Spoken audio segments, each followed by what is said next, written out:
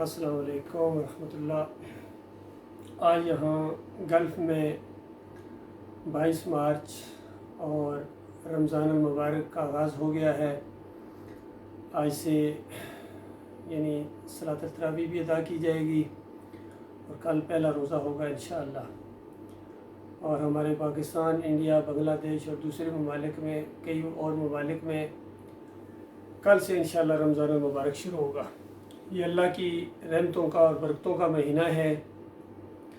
صحابہ کرام اس سے بہت زیادہ خوش ہوا کرتے تھے اور نبی صلی اللہ علیہ وآلہ وسلم اس کی آمد کے اوپر بہت خوشی کا اظہار کرتے تھے، خوشخبری سناتے تھے اور لوگوں کو ذہنی طور پر تیار کرتے تھے کہ اللہ کی رحمت اور بخشش کا مہینہ آ رہا ہے۔ اور اس کی اہمیت یہ ہے، فضیلت یہ ہے کہ من قام رمضان ایمان و احتساب غفر له ما تقدم من ذنبه ومن قام رمضان ایمان و احتساب غفر له ما تقدم من ذنبه ومن کان لیلۃ القدر ایمان و احتساب غفر له ما تقدم من ذنبه کہ جو کوئی رمضان المبارک کے مہینے میں جس نے صوم رکھے، روزے رکھے، ایمان و احتساب یہ زور دیا گیا ہے، ایمان کے ساتھ اور احتساب کے لیے اس کے پچھلے تمام گناہ معاف کر دیے جاتے ہیں۔ اور جو رات کو کھڑا ہوا، قیام اللیل کیا، جتنی اللہ توفیق دے، 8، 10، 12، 20، اس سے بھی زیادہ، جتنی بھی اللہ توفیق دے، یہ اپنے اپنے شوق کی بات ہے اور اللہ کی توفیق کی بات ہے۔ تو یہ جس نے کیا خالص اللہ کی رضا حاصل کرنے کے لیے اور اپنے مالک کا حکم سمجھتے ہوئے کہ اس مہینے کے اندر جو کچھ بھی ایک غلام کرے گا، ایک بندہ کرے گا اپنے مالک کو خوش کرنے کے لیے، مالک اس کا اجر دے گا، اور فرمایا اس کے پچھلے تمام گناہ معاف کر دیے جاتے ہیں۔ پھر اسی طرح اسی مہینے کے آخری عشرے کے اندر ایک رات ہے جس کو لیلۃ القدر یا لیلۃ المبارکہ کہا جاتا ہے۔ یہ ایک ہی رات کے دو نام ہیں۔ اس میں تو جس کو عبادت کا موقع مل گیا، فرمایا 1000 مہینوں کی عبادت سے زیادہ اجر و ثواب اس کے حصے میں آ گیا، اس کے پچھلے تمام گناہ معاف کر دیے جاتے ہیں۔ تو جہاں ایک طرف خوشخبریاں ہیں، خوشی کے ساتھ دل دھڑکتا ہے، وہاں دل کٹتا بھی ہے کہ آج مسلمان اس لائق نہیں رہے ہیں کہ ان کو یہ خوشخبری سنائی جائے، کیونکہ یہ ساری خوشخبریاں تو ایمان کے ساتھ جڑی ہوئی تھیں۔ ایمان و احتساب، ایمان و احتساب اس طرح کہا گیا تھا۔ تو آج ایمان کی بربادی ہے ہر طرف۔ امت مسلمان دوسروں سے کیا گلہ کیا جائے، ہندوؤں سے، سکھوں سے، یا یہودیوں سے اور عیسائیوں سے یا دہریوں سے، اب کیا گلے کیے جائیں۔ یہ مسلمان اور مسلمانوں کے عقیدے کے اندر خرابی آ گئی ہے۔ یہ فرقوں میں بانٹ دیے گئے ہیں، کوئی بریلوی بنا دیا گیا، کوئی دیوبندی بنا دیا گیا، اہل حدیث بنا دیا گیا، سلفی ہے، کوئی قادیانی ہے، کوئی شیعہ ہے، سہروردی ہے، نقشبندی ہے، چشتی ہے، قادری ہے، سب کچھ ہے، نہیں ہے تو مسلم نہیں ہے۔ یقین کیجئے یہ اللہ کی کتاب جب پڑھیں تو عقل حیران ہوتی ہے کہ اتنی عظیم کتاب، اتنی زبردست کتاب، یہ جس قوم کے ہاتھ میں ہو، اس کو ماننے کا دعویٰ بھی کرتی ہو، یہ بات ان کی گھٹی میں ڈالی گئی ہے کہ یہ اللہ کی کتاب ہے۔ اور آخری نبی محمد صلی اللہ علیہ وآلہ وسلم جیسے رہنما، لیڈر جس قوم کے پاس ہوں، ان کی پوری دنیا میں یہ درگت بنی ہوئی ہو، تو بتاؤ اس سے زیادہ عجیب بات اس دنیا کے اندر کیا ہو سکتی ہے کہ آج یہ مسلمان جن کے بارے میں کہا گیا تھا کہ یہ وہ مسلمان ہیں جنہوں دیکھ کے شرمائے یہود، کہ یہود و نصارہ بھی ان کو دیکھ کے وہ شرما جائے کہ ہمیں کیا کہتے ہو کہ تم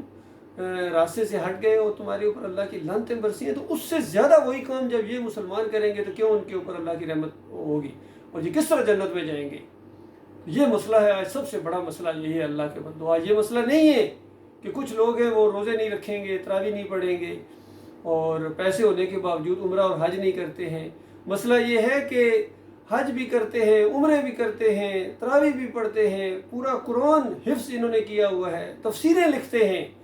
اور تبلیغ کرتے ہیں، تبلیغی جماعت ان کا نام پڑ گیا، جہاد کرتے ہیں، مجاہدین ان کا نام پڑ گیا،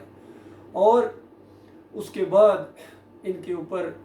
جو دہشت گردی کے لیبل ہے، ان کی عقائد دیکھو، ان کے نظریات دیکھو، ان کے ارادے دیکھو، ان کا سسٹم دیکھو، مشرکانہ سسٹم ان کا، سود کے اندر لت پت آج یہ پوری دنیا کے اندر، اور ذلت اور خواری ان کے ساتھ چمٹا دی گئی، جس طرح پہلی مشرک قوموں کے ساتھ ذلت اور خواری چمٹائی گئی تھی۔ اللہ تعالیٰ نے ابھی تو خیر بڑا ہلکا ہاتھ رکھا ہوا ہے، لیکن پھر بھی ان کی جو درگت بنی ہوئی ہے اپنے ملک کے اندر، کس طرح یہ سیاسی پارٹیاں ایک دوسرے کو کاٹ کھانے کے لیے دوڑتی ہیں، نفرتیں ہیں، اپنے بھی مارتے ہیں، لاٹھی چارج کرتے ہیں، آنسو گیس پھینکتے ہیں ان کے اوپر، پتھراؤ کرتے ہیں ان کے اوپر، ان کی مسجدوں میں دھماکے ہوتے ہیں، اور غیر قومیں بھی ان کے اوپر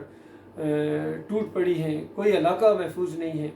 عراق کا کیا بنا، افغانستان کو کس طرح روندا گیا، اس کے بعد لیبیا اور کشمیر میں کیا ہو رہا ہے، فلسطین میں کیا ہو رہا ہے، اور پوری دنیا میں جہاں ان مسلمانوں کے ساتھ یہ اللہ کا عذاب ہے، اللہ کا عذاب ہے، اور صرف ایک وجہ ہے کہ تم نے اللہ کے ساتھ کھلواڑ کھیلا ہے، اللہ کو فراڈ کرنے کی کوشش کی ہے۔ پاکستان کا مطلب کیا ہے؟ لا الہ الا اللہ۔ تمہیں لا الہ الا اللہ کا مطلب نہیں آتا تھا، ورنہ تم کبھی یہ نعرہ نہ لگاتے۔ اور لا الہ الا اللہ پڑھنے والا پھر جا کے مزاروں کے سامنے جھکے گا، چادریں چڑھائے گا، اس کے علاقے کے اندر عرس اور میلے ہوں گے، لا الہ الا اللہ پڑھنے والا تعویذ گنڈا کرے گا، لا الہ الا اللہ پڑھنے والا جمہوریت کے مشرکانہ نظام کو تقویت دے گا، لا الہ الا اللہ پڑھنے والا بریلوی ہوگا، دیوبندی ہوگا، فخر کے ساتھ کہے گا میں ماشاءاللہ بریلوی ہوں۔ اور ان کی اکابرین کی کتابیں اٹھا کر دیکھیں، کوئی مسلک ایسا نہیں ہے جن کے عقیدے کے اندر خرابی نہ ہو۔ کوئی بندوں کو داتا کہہ رہا ہے، کوئی دستگیر کہہ رہا ہے، کوئی مشکل کشا کہہ رہا ہے، کوئی حاجت روا کہہ رہا ہے، ذرا سی کوئی بات ان کے کسی بزرگ کے خلاف یا کسی ولی اللہ کے خلاف یا اللہ کے کسی نیک بندے کے خلاف، اگر کوئی ایسی بات ہو جائے کہ غیر قومیں کوئی ایسی بات کر دے تو ان کا خون کھول اٹھتا ہے۔ ٹھیک ہے، کھولنا چاہیے، لیکن اس سے زیادہ خون کھولنا چاہیے جو مالک کے ساتھ شرک دڑلے کے ساتھ کیا جا رہا ہے۔ اللہ کو چھوڑ کر بندوں کو داتا کہا جائے اور یہ خون نہ کھولے، اللہ کو چھوڑ کر بندوں کو مشکل کشا کہا جائے، نعرہ حیدری لگائے جائے، ہمارے بڑے بڑے افسران موقع دکھا کے نعرہ حیدری یاری مدد لگائے اور کسی کا خون نہ کھولے، حافظ قرآن نعرے لگائیں۔ اللہ کے بندوں، یہ مسئلہ ہوا ہے، بڑے بڑے خیر خواہ بن کر اٹھے ہیں، بڑے مخلص نظر آتے تھے، بڑے باصلاحیت تھے، پاکستان کے لیے کڑتے تھے، قوم کے لیے کڑتے تھے، لیکن وہ اللہ کی مدد ساتھ لے کر نہیں آئے ہیں، بلکہ اللہ کو شرک کے ساتھ گالیاں دے کے یہ اللہ کے دین کو نافذ کرنے کا ارادہ لے کر آئے ہیں۔ چاہے 9 ستارے جب اکٹھے ہوئے تھے وہ ہوں، چاہے یہ متحدہ مجلس عمل ہو، چاہے یہ خادم حسین رضوی ہو، چاہے یہ فضل الرحمان ہو، چاہے یہ طارق جمیل ہو، طاہر القادری ہو، یا ہمارے عمران خان صاحب ہوں، مدینہ ریاست بنا دیں گے۔ ایاک نعبد و ایاک نستعین، ہر تقریر سے پہلے، ہر بیان سے پہلے، ہر انٹرویو سے پہلے ایاک نعبد و ایاک نستعین، اور ان کا خاتمہ ہوتا ہے جا کے گنج شکر کے مزار کے اوپر جا کے سجدہ ریز ہو جاتے ہیں، پھول چڑھاتے ہیں وہاں، اور ایسی عجیب و غریب حرکتیں کرتے ہیں، عقل حیران ہے، پڑھا لکھا آدمی اور عاشق رسول ہونے کا دعویٰ کرنے والا یہ شرک کر رہا ہے اور پھر مان بھی نہیں رہا ہے۔ دوسرے دن انٹرویو ہوا، لوگوں نے پوچھا حضرت صاحب آپ کیوں وہاں جا کے سجدہ ریز ہو گئے تھے؟ کہتے ہیں نہیں، یہ وہ سجدہ نہیں تھا، یہ وہ محبت اور عقیدت، کیونکہ ہستی بہت بڑی تھی اس لیے میرا خود جا کے ماتھا وہاں ٹیکا ہے میں نے وہاں کی اس چوکھٹ کے اوپر۔ اللہ کے بندے، میرے پیارے بھائی، یہی شرک ہے، اسی کو شرک کہتے ہیں۔ ایک شرک کرنے والا آدمی اس طرح کی حرکتیں کرتا ہے۔ کبھی کسی نبی نے کسی دوسرے نبی کو سجدہ نہیں کیا ہے، اس کی چوکھٹ کو جا کے سجدے نہیں کیے ہیں۔ باقی الزامات لگانے والے اور ہیں، آج یہ الزامات بھی لگاتے ہیں کہ وہ پورے خاندان یعقوب علیہ السلام نے یوسف علیہ السلام کے سامنے سجدہ ریز ہو گئے تھے، سجدہ کیا تھا، اور انہوں نے سجدہ یوسف علیہ السلام کو نہیں کیا تھا۔ وَخَرُّوا لَهُ سُجَّدًا، لہو کی ضمیر اللہ کے لیے ہے۔ سارا خاندان ان رحمتوں اور برکتوں کی وجہ سے جو اس خاندان پر اللہ تعالیٰ نے کی، وہ اللہ کے سامنے سجدہ ریز ہو گیا۔ سارا خاندان، سارے گر پڑے اللہ کے سامنے، انبیاء اللہ کے سامنے سجدے کرتے ہیں۔ سورہ مریم کی 58 نمبر آیت کے اندر نص قرآن کی اللہ تعالیٰ بیان کرتا ہے، سارے انبیاء اسی طرح کیا کرتے تھے۔ جب بھی ان کے سامنے اللہ کا ذکر آئے، اللہ کی نشانی ہے، اللہ کی بات پوری آئے، ان کے ایمان کے اندر مضبوطی آتی ہے اور اللہ کی عزت اور احترام کی وجہ سے وہ گڑ گڑاتے ہوئے سجدے کے اندر گر جاتے ہیں۔ اسی طرح یوسف علیہ السلام نے اور یعقوب علیہ السلام نے اور پورے خاندان نے اللہ کو سجدہ کیا تھا۔ اس کا رخ یوسف علیہ السلام کی طرف پھیر دیا گیا، اور پھر نمازیں پڑھواتے ہیں، پھر تہجد پڑھواتے ہیں، پھر روزے رکھواتے ہیں، پھر کہتے ہیں ہم دین کا بڑا کام کر رہے ہیں، یہ انقلاب لے آئیں گے پوری زندگی، اور لگا دیے انہوں نے رنگے جہاں بدلی کر دیں گے۔ رنگے جہاں تو بدلی نہ ہوا، ان کا اپنا ایمان بدلی ہو گیا۔ جو عقائد پہلے خارج از امکان تھے، آج ان کا ایمان بن گیا۔ اللہ کے بندوں، سب نے یہی کیا ہے۔ مفتی محمود صاحب نے آ کے حلوے بانٹے علی اجمیری کی قبر کے اوپر، اور وہاں آ کے چادریں چڑھائی ہیں، اور پروفیسر غفور نے جا کے چادریں چڑھائی ہیں نائب امیر کی حیثیت سے مودودی صاحب کی زندگی کے اندر۔ یہ سارے اس قوم کو شرک کی انجیکشن دیتے ہیں، ان کو شرک کی تھپکی دیتے ہیں۔ یہ سارے، چاہے یہ ہمارے حقیقت ٹی وی والے صاحب ہو، کتنے زبردست صلاحیت ہے ان کی، لیکن ایمان کے اندر ایسی خرابی۔ اہل نظر ہیں جو جن کا رابطہ ہوتا ہے اللہ کے ساتھ، کہتے ہیں ان کو کچھ آوازیں آتی ہیں، اہل نظر ہوتے ہیں وہ پہلے سے، اور یہ مقبول جان اسی انداز سے کوئی شرک کے خلاف نہیں بولتا، کوئی ظالم نہیں بولتا ہے، کیونکہ ایمان کی سمجھ ہی نہیں ہے، اللہ کا وقار ہی نہیں ہے، اللہ کی عزت ان کے دماغوں کے اندر نہیں ہے۔ اور سارے لگے ہوئے عمران ریاض بالکل کبھی اس نے شرک کے خلاف نہیں بولا ہے، خود عمران خان کبھی شرک کے خلاف نہیں بولا ہے، یہ ساری پارٹی بلکہ شرک کے رسیا دائیں بائیں انہوں نے کھڑے کیے ہوئے ہیں، جو ہر ایک خدائی کی گدی کے اوپر بیٹھے ہوئے۔ تو اللہ کے بندو، جب تک تم شرک سے توبہ نہیں کرو گے، ایمان کے اندر صفائی تمہاری نہیں آئے گی، نہ تمہارے اوپر روزے ہیں، نہ تمہارے اوپر نماز ہے، نہ تمہارے اوپر کوئی عمرہ ہے، نہ حج ہے، کوئی عمل تمہارے اوپر اللہ کی طرف سے نہیں ہے سوائے جہنم کی آگ کے، جس کے اندر ہمیشہ تمہیں رہنا پڑے گا۔ میں تمہارا بھائی ہوں، میرا دل کرتا ہے، امت مسلمہ کے ساتھ میری محبت ہے، اور مجھے قرآن اور حدیث کا علم اللہ تعالیٰ نے جو دیا ہے اس کی روشنی میں یہ باتیں کر رہا ہوں۔ گزشتہ 37 سال سے میں یہی ایک ایمان اور عقیدے کی بات کرتا ہوں۔ اگر میری بات مان لی جاتی ہے، آج دنیا کا نقشہ اور ہوتا، بہرحال مانو یا نہ مانو یہ تمہارا اپنا معاملہ ہے، میں تو پوری زندگی یہی بات کہتا رہوں گا، اسی ایمان کی طرف تمہیں بلاتا رہوں گا، چونکہ میں آپ کا بھائی ہوں، میں مولوی نہیں ہوں، میں پیر نہیں ہوں، میں صوفی نہیں ہوں، میں آرمی افسر ہوں الحمدللہ، 7 Punjab regiment 70th PMA long course, اور میں اپنے فوجی بھائیوں کو بھی یہی پیغام دینا چاہتا ہوں، کب تک اس طرح نظریں چراتے رہو گے ایمان خالص کے ساتھ؟ اور تمہیں ذرا احساس نہیں ہے، تمہیں اللہ تعالیٰ نے افسری اس لیے دی تھی کہ اللہ کے دین کو اس طرح دھجیاں اڑاتے ہوئے دیکھو، تم خاموش رہو اور تم اس کے محافظ بنو۔ شرک کے محافظ بننے کے لیے یہ فوجیں تیار کی گئی تھی، یہ پولیس، یہ رینجر، یہ آرمی، یہ شرک کی حفاظت کرنے کے لیے تھی، اس جمہوریت کے مشرکانہ نظام کو تقویت دینے کے لیے تھی۔ ہم نے تو قسم کھائی تھی پاکستان کی سالمیت کی کہ اس کے اوپر جب آ جائے گی تو ہم کسی چیز کو برداشت نہیں کریں گے۔ اس کے خلاف جو کچھ ہو رہا ہے، چوروں ڈاکوؤں کو اوپر مسلط کر دیا آپ لوگوں نے، اور ذرا آپ کو کوئی احساس نہیں اس چیز کا۔ اللہ کے لیے توبہ کرو، معافی مانگو اپنے مالک اور خالق سے، ورنہ یاد رکھنا یہ 4 دن کی بادشاہی ہے اور افسری ہے اور یہ جرنیلی ہے اور یہ صدارت ہے، سارے لگے ہوئے ہیں کفر و شرک پھیلا رہے۔ کوئی گھوڑے کو پوج رہا ہے، گائے کو پوجنے والوں پر اعتراض کرتے ہیں، خود گھوڑے کو پوجا کرتے ہیں اور اس کی حفاظت کرتے ہیں۔ اس پاکستان میں بتوں کو، نامراد بتوں کو، مزاروں کو پوجتے ہیں۔ اللہ تعالیٰ تمہیں سمجھ دے، اللہ تعالیٰ غور و فکر کی توفیق عطا فرمائے۔ باقی جن کا ایمان عقیدہ بالکل صحیح ہے، کسی مسلک کے ساتھ ان کا کوئی تعلق نہیں ہے، ان کے لیے صحیح معنوں میں خوشخبریاں ہیں، ان کے لیے صحیح معنوں میں اللہ کی رحمت ایک طغیانی کی شکل میں اختیار کرے گی اس مہینے کے اندر، اور ان کا یہ سیزن ہے اللہ کے بندوں، صحیح معنوں میں آگے بڑھو، ایک دوسرے کی مدد کرو، دین کے معاملے میں تعاون کرو، نیکی کے کاموں میں تعاون کرو، برائی کے کاموں میں ذرا برابر تعاون نہیں کرنا ہے۔ یہ جو ان کی جمہوریت کی جنگ ہے، یہ ساری برائی کی آپس میں جنگ ہے، یہ اقتدار کی جنگ ہے، یہ ملک کی جنگ ہے، یہ قومیت کی جنگ ہے، یہ اللہ کی جنگ نہیں ہے، یہ اس کے راستے کے جو ہے یہ جہاد نہیں ہے، ہاں یہ جمہوریت کے راستے کا جہاد ہے، اور یہ تمہاری دنیاوی جہاد ہیں، سارے جہاد میں لگے ہوئے، بریلویوں کا جہاد اپنا ہے، دیوبندیوں کا جہاد اپنا ہے، لیڈیسوں کا جہاد اپنا ہے، سارے لگے ہوئے جہاد،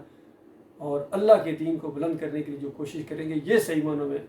جہاد فی سبیل اللہ۔ اس راستے میں جو لاٹھیاں کھائے گا، آنسو گیس میں جائے گا، وہ اللہ کے راستے میں ہوگی، اس کی نیکیاں لکھی جائے گی۔ اس راستے میں جو مارا جائے گا وہ سیدھا جنت میں جائے گا۔ باقی جو جمہوریت کے لیے، بریلویت کے لیے، دیوبندیت کے لیے، یا کسی بھی اور مسئلے کے لیے، چاہے یونیفارم میں مرے یا غیر یونیفارم میں، تم بیت اللہ کی حفاظت میں مر جاؤ ایمان کی خرابی کے ساتھ، تمہیں کوئی اللہ کی رحمت کا ایک معمولی کا ذرہ تمہارے حصے میں نہیں آئے گا۔ بتاؤ اس سے بڑا دیوالیہ کون سا ہوگا؟ اس سے بڑی جو ہے نا محرومی، اس سے بڑا خسارہ کیا ہوگا؟ بتاؤ اللہ کے بندو، میرے پیارے بھائیوں، للہ پلٹو، تمہارے سارے مسائل یقین کرو چٹکیوں میں حل ہو جائیں گے اگر تم اللہ کی طرف آؤ، اللہ کو ساتھ لو۔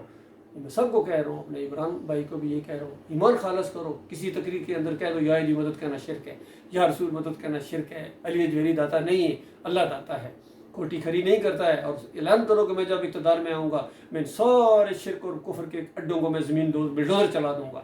پہلے بھی آپ نے ایک دفعہ وعدہ کیا تھا کہ میں پتہ نہیں کیسے گورنر ہوں اس کو بلڈو، وہ بھی آپ نے نہیں کیا، اور خیر وہ تو کرنے کی ضرورت نہیں تھی، اس کو ایک صحیح استعمال کیا جاتا، لیکن یہ تو بلڈوز کرنے کے لائق ہیں، یہ مزار، یہ مندر، ان کو تو بلڈوز کیا جائے گا جب اللہ کے بندے آئیں گے، تو انشاءاللہ نبی علیہ السلام کے طریقے پر چلا جائے گا، صحابہ کرام کی سنت ہے، یہ ایمان کا یہ معاملہ ہے، اور نبی علیہ السلام کے ساتھ محبت کے دعوے، اور نبی علیہ السلام کا طریقہ اختیار کرتے ہو، شرماتے ہو، گھبراتے ہو، دنیا والوں سے ڈرتے ہو۔ کیا اللہ ساری قوتوں کا مالک نہیں ہے؟ کیا اللہ تمہارے ساتھ ہے، وہ تو کوئی تمہیں مغلوب کر سکتا ہے؟ اتنی سادہ سی بات تمہاری سمجھ میں نہیں آ رہی ہے؟ اور اللہ کو چھوڑو، دیکھ رہا سب کچھ، اللہ کو چھوڑ کر باقی سب کے ساتھ لگائی ہوئی ہے۔ یہ مرنے کے بعد تمہیں پتہ چلے گی، جو مرتا جائے گا آگ میں، جو مرتا جائے گا آگ میں۔ اور جو پہلے جا چکے ہیں، سونے کے دروازے لگانے والے، نعرہ حیدری لگانے والے، عرس اور میلے کرنے والے، وہ جا چکے ہیں، وہ چیخ رہے ہیں، وہاں چلا رہے ہیں، واپس نہیں آ پا رہے ہیں۔ اور آپ نے بھی ادھر ہی جانا ہے. للہ توبہ کرو، معافی مانگو، ورنہ وہ اللہ کی بڑی بڑی جو جنتیں ہیں اس سے محروم کر دیا جاؤ گے، جنت کی خوشبو تک نہیں پا سکو گے.